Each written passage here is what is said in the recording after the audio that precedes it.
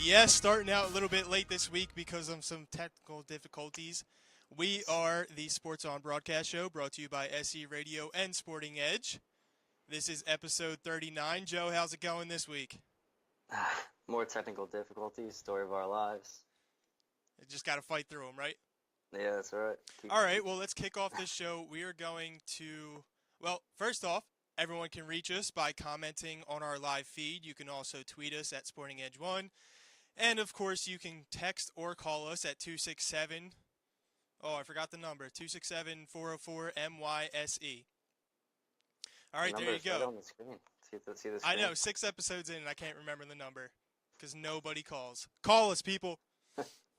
All right, here we go. So this episode, we are going to dive heavily into the upcoming NFL draft from an Eagles perspective.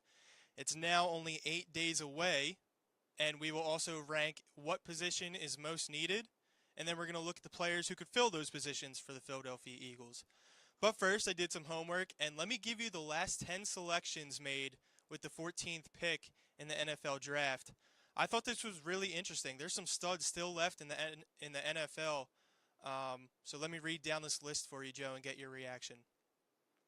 First off, 2007, Darrelle Revis, Chris Williams, Malcolm Jenkins by the Saints, Earl Thomas, your favorite draft, where the Eagles took Brandon Graham instead. Robert Quinn, Michael Brockers, both by the St. Louis Rams at the time. Star Lotulelei by Carolina. We have Kyle Fuller, the cornerback for Chicago. Devontae Parker of the Miami Dolphins. And then Carl Joseph, the safety for Oakland. Pretty strong at number 14 over the last 10 years. Yeah, a decent amount of standout guys, I should say, and some serviceable guys in there as well. Yeah, absolutely. I mean, especially like looking at the Eagles' needs, there are a lot of cornerbacks that have gone there. There's even a wide receiver in Devontae Parker who brought a special skill set to the Miami Dolphins. Yeah, a lot of people have him projected as a breakout wide receiver this upcoming season. Yep. And his first season, he averaged 19 yards a catch, which was really good. And yeah, he should be able to burst out on the scene this year. But looking down this list, I mean, the only guy that's not in the league right now is Chris Williams. He started out as a tackle, and they moved him into guard, and then he disappeared. Turned out to be more of a journeyman. I think he last played with Buffalo, if I'm not mistaken. But yeah, I mean, a pretty strong list over the last decade. Moving into ranking and debating the positions of need, I'm going to let you give your order first for the Eagles and what position you think they will address first or need to address first. I would say their most pressing need is corner. However, I would say that I think that they're going to draft best player available at position of need. So best corner, maybe best running back, best receiver, maybe best linebacker if Reuben Foster falls like we hope. But I would say definitely number one would be corner, running back, and then I still have receiver right up there. I actually have wide receiver down on the list, tied with tight end. My order here is cornerback, running back, linebacker, defensive end, and then wide receiver, tight end. The reason why is, I mean, cornerback is a glaring need. I would say running back is more important because that's the style of play Carson likes to emulate, which would be the play action, and you need a strong running game, especially to continue drives, all that. Then I would say linebacker simply because Michael Kendricks is probably going to be traded on draft day or released. And then Stephen Toluk, We'll see. who stole snaps from him. I mean, he retired. Really, you only have Jordan Hicks in the middle. And again, defensive end, the Eagles just didn't get home as much as we would like to. And then wide receiver and tight end for 2017. Now, looking into the future, I think come next year, if Torrey Smith and Alshon Jeffrey don't pan out, we'll be looking at wide receiver as our biggest need. But for right now, I have them down on the list. And, of course, I have tight end as well because Brent Selleck is another year older and Trey Burton is on a one-year deal. So I have them in wide receiver tied. So why don't we look at the top players at each position that could go in the first round and help the Eagles. And I'm just going to get your reaction on some of the names Mason could chime in too if he would like to. So let's start with running back. And I have Christian McCaffrey, thumbs up or thumbs down? At 14? At 14. At 14, thumbs down. How about Dalvin Cook at number 14? No, thumbs down. I think he's actually going to fall in the second round. Wow, I'm actually surprised. I would think that the Eagles make a big splash. I think I put out yesterday. I really haven't been able to zero in on who they will take, but I think Dalvin Cook is going to be the person they make a big splash in front of the Philadelphia home fans. Yeah, I soured a bit on Dalvin Cook when he went on national, or I should say local radio, and and referred to our quarterback as Jared Goff. That's bad. I immediately lost all respect for Dalvin Cook, and I loved him all year. So yeah, no, he's very far down on my list now. It wouldn't be my pick, but I wouldn't be surprised if the Eagles take him. Moving on, let's jump to wide receiver. Again, not a pressing need right away for 2017, but there are 3 guys slated to go in the first round. How about Mike Williams at number 14? Would you cheer that pick or boo? Are we moving on to cheers and boo now as opposed to thumbs up? Yeah, I like down? cheer and boo a lot better. All right. Yeah, no, I would cheer that pick. I think if he's there, that's who I would take. Obviously it kind of depends on how the chips fall, but if he's still at that spot, I would say, like, for me, I think realistically you're down, like, who they're looking at, I would say it's probably going to be between Williams, Marlon Humphrey, and Reuben Foster at that spot. So I would think that you would take either one of those 3 guys at that spot. So at that point, if Foster's gone, Mike Williams would be my second choice, and I think that if he's still available at the Eagles pick, I think that's how the draft would fall. So yeah, I would definitely cheer that pick. Do you have any concerns about that he is kind of the same prototype as Alshon Jeffrey, though? Not a speed guy, kind of wins on the outside, big catch radius, all that. Right. No, I don't have any concern over that. I think you can look at what Alshon and Brandon Marshall did when they were together in Chicago. You could kind of use that as a formula. But he did show that he is capable of breakaway speed. He ran 4.5.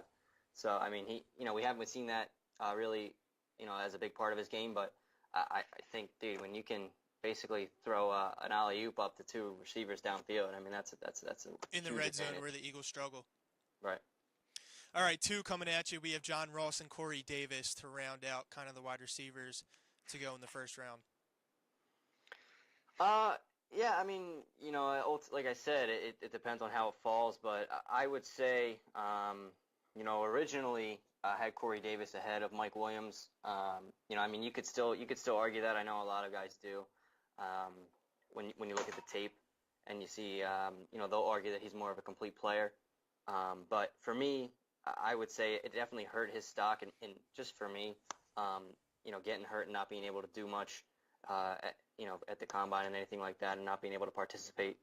But for me, if I had to rank those guys and who I would want at that spot, I definitely would say Williams, Davis, and then Ross. But I think you really can't go wrong with either of those 3 guys. They bring something different. They all do. But I mean, there's a report I heard yesterday that the top 4 corners in the draft could go in the top 15.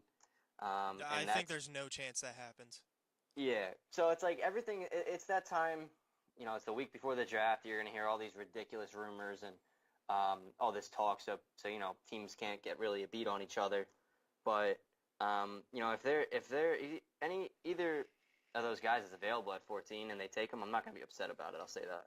I actually think, getting back to the cornerbacks, you said there's a possibility to go 4 in the top 15. I actually think it's going to work the opposite way because this draft is looked at as having so many cornerbacks. I think one's going to go, Marshawn Lattimore, and then the rest of them are going to be sitting around waiting for a run to be made on the position.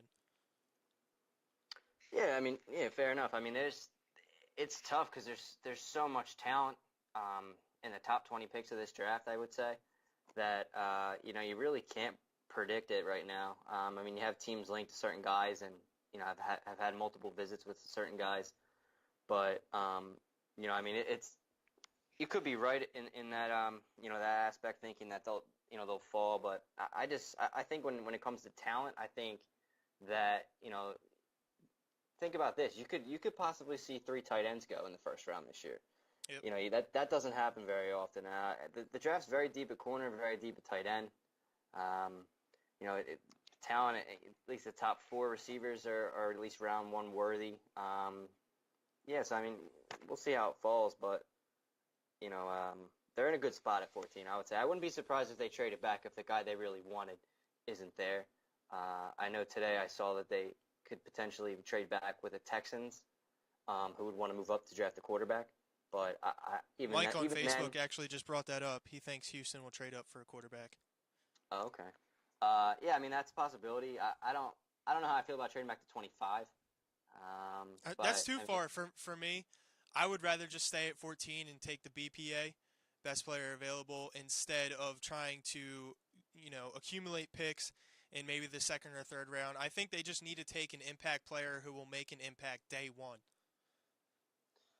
yeah, and if there's guys that are still there, my biggest fear is that I think that they're really looking at those 3 guys I mentioned, and if one of those guys isn't there, I don't want them to just take someone that they're not comfortable with. I'd rather have them trade back and get another second round Hmm. pick. But yeah, I mean, it's tough. It's tough right now to really sit here and dissect what's going to happen. Yeah, it is. And you know what's funny? The last couple of years, we kind of knew what the Eagles were going to do, especially with Carson Wentz last year. Okay, they're sitting at number 2. It's easy for us to say, well, they're going to take either Jared Goff or Carson Wentz. Goff went 1. Wentz came off the board at number 2. But let's jump back to this list and get your opinion on a few people you mentioned and a couple positions you mentioned. How about tight end O.J. Howard at number 14? Would you be happy with that pick? I would love that pick at 14. I just don't think he's going to be there. I think he's top 10 talent, to be honest with you. I'd actually, if let's say he's on the board and those 3 receivers we just talked about are still there, I'm taking O.J. Howard over all 3 of those receivers. Yeah, I agree.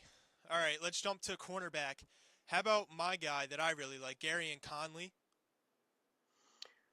Yeah, I mean he seems like he'll be solid. My biggest fear is I feel like his ceiling is just a number 2 corner, which isn't terrible, but I just don't think that's worth that pick at 14. Yeah, and we've talked about this off the air. I really like Conley because he forces people to the outside. He is a man coverage and gets up in your face at the line. The other thing I like is he's willing to tackle, and he has made a couple interceptions. I think he had 4 interceptions last year. But just his ability and willingness to tackle, he's not the greatest tackler, but he is willing to stick his nose up in the running back or the wide receiver, and that's something that the Eagles lacked on the outside the last couple years. Yeah, definitely. They definitely lack that that tenacity or that 1-2 to get Yep, out there and yep. tackle. And that's actually one of the reasons why I'm a big Marlon Humphrey fan.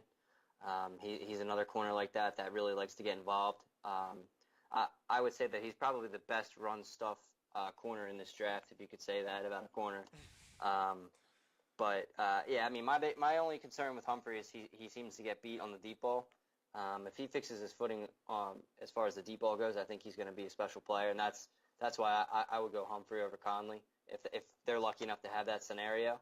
But like I said, I don't think Conley's going to be a bad player. For me, I think his ceiling is a number 2, and I think at that spot you're trying to get a number 1 guy.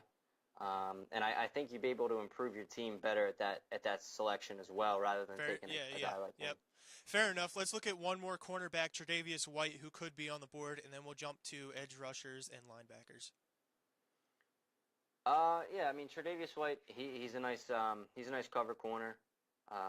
He plays very well in press. My biggest concern is he played a lot in the slot. And the Eagles right now, they're looking for an outside corner. Now, a lot of what I've read and a lot of what I've watched today on I know I reached out to you about this draftbreakdown.com. You can actually head over there and see all the top prospects tape broken down from I would say all their big games throughout the course of last year, and you can see every snap, even snaps they're not making a big play on. And I watched a few of his games today, and I was really impressed with his man coverage skills, but a lot of what I saw was him out of the slot, so that worries me a bit. All right, let's take a look at some edge rushers that could be there. I think the first one I'm going to bring up, Solomon Thomas out of Stanford. I don't think he'll be there, No but way. it is a possibility if Derek Barnett would be the one to go ahead of him. How do you like either of those two? I like both of them a lot, and I think that if you're lucky enough to get Solomon Thomas in your lap, I mean, you have to take him. Hmm. I don't think it's gonna happen, but they would be lucky if that was to happen for them. I want winners. And Derek Barnett, he seems like he'll be a great talent. For me, I've really only seen him rush the passer though. I haven't seen too much of his run support. I feel like that doesn't get talked about enough, especially with him. So that kind of worries me a bit, but I can't really say that I've watched a lot on him. He's actually on my list that I want to get into before we have our big breakdown next week. Well, I have two linebackers for you. One's a wild card. The other one would be Reuben Foster, which we have talked extensively about. He is a winner, like Mason just hit the sounder. Reuben Foster is one of the dudes who will just bite your face off. He doesn't care. And just to echo Sal's comment, we need a playmaker. Reuben Foster is that playmaker. He will change the defense's mentality quickly. Yeah, he's a playmaker for sure. I think he could play weak side. I think he could play in the middle. Actually, I really think he could play at all three linebacker spots in the defense. He's a ferocious hitter, which would make him a fan favorite here. He tackles a bit high. He's very aggressive though, and I think that if he's able to shore up his form on tackling, then he would be a complete player. But his coverage skills are very good. He'll be able to cover the tight ends in the slot. If he's there, that's my pick. Honestly, that's who I would want in a dream scenario. Same. But it's if he's there. I saw that he's been linked to the Bengals, and they're in front of us. So if he's there, I'd love that. But yeah, I mean he's fun to watch. If you have a chance, guys, go check him out on YouTube or that draft breakdown that I mentioned to you, and go watch. He's fun to watch, man. He flies around. It's sideline to sideline. He's got a knack stuff, for the football for sure. It's stuff that we've had a few good linebackers here. For our age group, I'd say growing up that we were able to see in Trot, and a couple other guys, but he's nothing like we've had in my lifetime anyway. So that would be awesome to see. They need a playmaker on defense, and if they're not able to get him at corner, they can get him at linebacker. I mean, he's being compared to Luke Kuechly and Ray Lewis. You get someone like that on the Eagles, now we're cooking for sure. I mean, Absolutely. The only Eagles comp that we have is Jeremiah Trotter to him, but Right. I think he's even more ferocious than Jay Right. Trott. Well, and another thing too, he's very good at getting into the backfield, and you got to think you're gonna have those two big guys up front this season in Timmy Jernigan and Fletcher Cox, and imagine if you had that young kid flying through. That's just gonna make them better as a whole, and that would give the defense a surefire identity in a player like that, and that'd be a home run if they're able to pull that off somehow. Certainly. Now, here's my wild card, and the reason I bring him up is because he was really rising a couple weeks ago, and he's kind of fizzled out, but he is a local kid, Hassan Reddick. If the Eagles were to take Hassan Reddick at 14, would you not be happy with that pick? Or let me throw a second scenario at you. If they move down closer to 20 and take him, how would you like that? I do like him, and don't get me wrong, I do like him. He's versatile. For me, it's just one of those guys where, for me, it's like the Jabril Peppers effect. You're not sure where he's going to project and to. the small school portion of that going to Temple definitely Right. I mean, he's a scares freak. you. He's a hell of an athlete. Don't get me wrong. I just don't know where he would fit in on the defense at defensive end or outside linebacker. I'm really not too sure. But if they were able to pick him up or trade back and pick him up, like you mentioned, I'd be okay with it to get another second-round pick. But at 14, I don't think I'd pull the trigger on him. All right, that's going to complete the list of how we can fill the needs that we have. Let's jump into some later-round players that we like. Do you want to go first, or do you want me to throw mine out? No, you go first. All right, so I have a couple names here that I really like and have been very interested in through this draft process. I'm going to save my favorite for last, but of course, Sidney Jones, who was slated to be a top 10, top 15 player at cornerback. I think if you can grab him in the third round, that would really help the Eagles. Now, he might not suit up for 2017, but I think he is that guy. Like, before he got injured, he was the pick that I wanted the Eagles to take because he is an absolute stud, and he can be your starting number one corner moving forward. Of course, he just has to recover. Yeah. Another player that I like is wide receiver Chris Godwin out of Penn State. I think he brings the tenacity to the offense that you would like. Again, that's a later round pick, and not a. You can stash him for a little bit. You know what I'm saying? And finally, the one I really, really like. I hope the Eagles take him in the second round. Alvin Kamara, the running back from Tennessee. He has been underutilized. He can do all three things, all phases of the game. He is the Christian McCaffrey, Dalvin Cook prototype. Little bit bigger, was at Alabama, had some issues, transferred to Tennessee. But I think if he's given the opportunity, he's going to run away with it and become the next Jamal Charles in this draft. Yeah, there's some good names that you brought up. First, I'll touch on Sidney Jones real quick. He was my top. We talked about him before. That's who we both wanted originally before the injury. Mm-hmm. And he's the top corner in this draft in my opinion if he doesn't get injured. But if you look at it, and I look at last year's draft, and I hate to compare it to what the Cowboys did, but when you look at how the Cowboys took Jalen Smith in the second round last year, I think that you're going to see a team take a flyer on Sidney Jones in the second round. Mm-hmm. So that'd be awesome if he fell to us at 99, but I'm worried that it won't happen after a trend kind of started last year where they took some guys like that. But definitely something to think about. Chris Godwin's is definitely somebody to think about as well. He's a good route runner. He's got good speed. He had a monster of a game against USC to really put him on the map. And then Kamara, you love Kamara. That's who you want. You talk about him all the time. Yeah, I really like him. And he doesn't have much tread on the tires, like you said. He played a decent amount, but he wasn't really a bell cow at that point at Tennessee, and that's good because you don't want those guys overworked in college. I think that's why people are still weary about McCaffrey this year because he was used so much. So that definitely helps Kamara in that area. But for me, if I really had to pick a guy that I'm really high on that could fall into the second round, I'll give you one. And I know that there's a lot of buzz about him going in the 20s right now, but I think that, like you said, due to the corner depth in this draft, I think he could fall, and it'd be Kevin King, the corner out of Washington. Yep. I like him a lot. He's very long and lean. His body type compares to like Richard Sherman, I would say. He's 6'3", is that right? He's the one that's very tall, the very tall corner. Yeah, he's 6'3". Has great cover skills, long arms to get in front of the ball. Somebody that you really be able to develop, and maybe actually do get a number one corner in the second round. That'd be nice if they were actually able to pull something like that off, but that never really happens for the Eagles. But yeah, no, he's one guy I like, and it's not that I like him, but I think that if you could get him in the second, don't say it.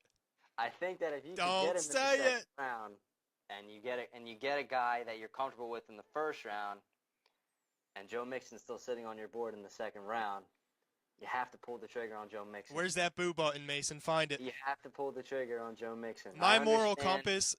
I understand all the baggage. I get it. Trust me, I don't like it at all. But realistically, you have to look at what the Eagles need help with. And I think if you look at Mixon, if it wasn't for his issues, he'd be the number one running back in this draft.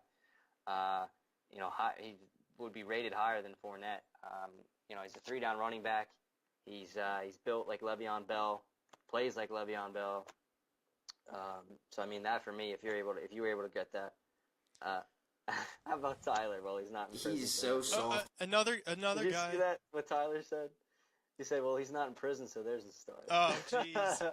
This is the thing. My moral compass, there's no way I would be taking him. I would be booing him until the cows come home. Until he runs for 1,600 yards and scores 12 touchdowns, this is and the you thing, though. completely forget about it. No. This is the thing, though. Joe Mixon obviously has the upside and could be, I mean, like you said, he would be the top running back in this draft if not for the baggage off the field. But this is the thing. I think he's going to fall into third or fifth round simply because it's easier to justify for a GM to take him lower than higher. If you take him from 3 to 5 with your third or fifth pick in the draft, you can justify saying, oh, well, we took a flyer on him. It didn't pan out, or on the other hand, if you take him in the third or fifth round and he does pan out, well, we took a flyer on him and it definitely worked out. But I think if you take him in the first or second round, there's going to be a lot more scrutiny surrounding that selection. Yeah, I don't think he'll go in the first round. And if he did, it would be at the end of the first round, I would think, unless somebody surprises, shocks the world, let's say. But I just think his skill set's undeniable at that value in the second round. I'm sorry, I think he's first round talent. I think he's top 10 talent if it's not for that baggage. So that's another guy I would look at. And I don't want to. I can keep going. I don't want to keep elaborating because we have our big draft show coming up next week. So I'm just going to leave it at that and move on. All right. Well, I'd be interested to see. I would love someone to text in and call and just say, who they would pick with the 14th pick. I mean, we've jumped extensively into it. I want to hear from the people.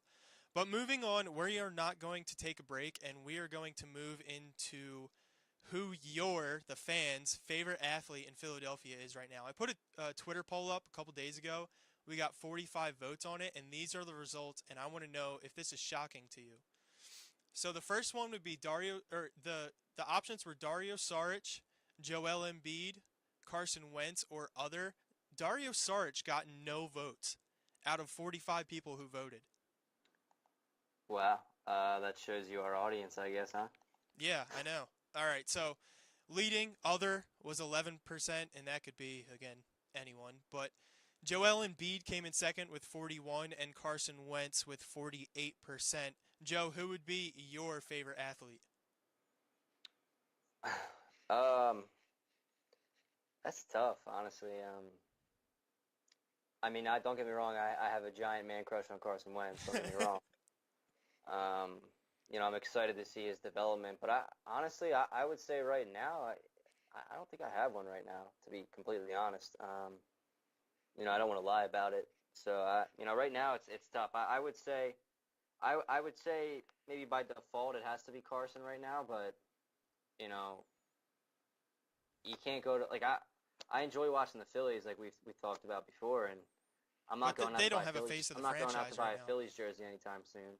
I loved the Stadium Series jerseys the Flyers had out this year, but I'm not going to buy another Flyers jersey right now. Mm-hmm. I mean, I have a Wentz jersey, and that's just because I loved them going into the draft, and I fell in love with them at the Senior Bowl. Go back and listen to our old podcast to hear that. But yeah, no, I mean, I guess by default, if I had to pick one, it would be Carson Wentz right now. But I mean, I'm really not sold on anyone yet. There's so many question marks. If I was looking at our Twitter poll, I would vote for Dario Saric, and we've talked about this a lot. Where's the new sounder? There it is. Super Dario. He would be my vote just because, and we've talked about this for a while. He does everything correct on the floor. He might not be the most skilled, but he is willing to put in the effort, and he is very good in all phases of the game. If I was going outside of this Twitter poll, I would probably go with Wayne Simmons. I just like the way he bangs down low and just, puts the puck in net. Let me ask you a question. Do you think with Simmons' lean physique, do you think that he's going to be able to hold up with the style of play that he has? I'm sorry, with Sarge? No, with Wayne Simmons. I want to say yes and no. I think he has a couple good years left in him. But yeah, I mean, he has taken his lumps and he does have a leaner body type. But I don't know. getting back to the Twitter poll, that's why I like him so much. Is he is leaner. He doesn't, he's not a really big dude, but he still puts in the effort, bangs down low, and puts the goals home. If you're asking me about his long-term health, I don't think he's had that much of a checkered past or not a checkered past, but bad injury history. So Right. I mean, he's proven that he's held up so far. It's just going forward how fast he'll decline. What do you Right. think? Honestly, it's tough. I think that, I mean, you can't really compare. I mean, I know Drew had a down year, and you look at, 14 goals, bro. you can even point to Mike Richards, how Mike Richards played, and I know he was a smaller guy as well, but he deteriorated quick. Yeah. And my only fear with Simmons is that that could happen to him as well. And I love Wayne Simmons. Don't get me wrong. I love his style of play. I think he fits. I think he fits the mold for what fans love in Philadelphia. But that's my biggest concern with Wayne Simmons is if his health will be able to, to be there years going forward, just because of how tough of a game he really does play. And I mean, he is their best player. After the decline of Claude Giroux, Mm-hmm. but I don't know if let me say this. I don't know if the core of what the Flyers is right now will be on that team when they're ready to make a push with their young prospects. Guys, you're going to want to check us out next week. We're going to have a live mock draft with Alex, Joe, and myself. We're going to have a big breakdown and discussion. We're going to run through all 32 teams and make a selection for each of them. And the way you can jump in and help us out is you can call. You can call up at 267-404-MYSE, and we're going to give you guys a pick. So Joe, Alex, and I will go. You guys can have the fourth pick or whatever pick is coming up. You can call up, and we'll give you the team and the slot, and you get to pick for us. We'll track them. And again, certain players we will talk about extensively. And it should be a really fun show the Wednesday before the draft, just 24 hours before the draft. I hope you guys tune in next Wednesday at 8 o'clock. Woo! Mason, is there anything that we missed that you think we should discuss? Not that I'm aware of, no. All right, the one thing I can think of off the top of my head that I don't want to pay any mind to is Aaron Hernandez. The story surrounding him, found not guilty of the last two murders, and then apparently commits suicide in jail. Yeah, I skipped Bill right Belichick over that. said the best word possible about that situation, and it's just a tragedy all around. From beginning to end, yeah, absolutely. Yeah, just a tragedy. All right, guys, well, that's going to wrap up episode 39 right here on SE Radio Sports On Broadcast. Joe, turn it over to you. Mason, good job, and we will see you next week at 8. Yeah, great job, Mason. Great job, Ty. Hopefully we start on time. Good work as always. Yeah, we'll see. Hopefully. But all right, You guys, never know. Don't forget, as always, you can head over to mysportingedge.com to check out all the latest news, articles, and updates from us. Check us out on all forms of social media, Twitter, Instagram, Facebook. Head over to, don't forget to head over to YouTube, subscribe to our page. We're awesome. We now have a YouTube page. We're also on SoundCloud now. I got that up and running. I was going to say that. I did remember seeing that. And like Tyler mentioned a few times tonight, please reach out to us. Please call us. Please text us at 267-404-MYSE. We'd really appreciate hearing from you guys. The only way we're going to really get out there is if we hear from you, get your feedback and what segments you appreciate and what we can really work on. So we do appreciate the feedback. And I hope you guys tune in next week. We have a great show planned for you. And that's all I got. All right, guys. We'll see you next week.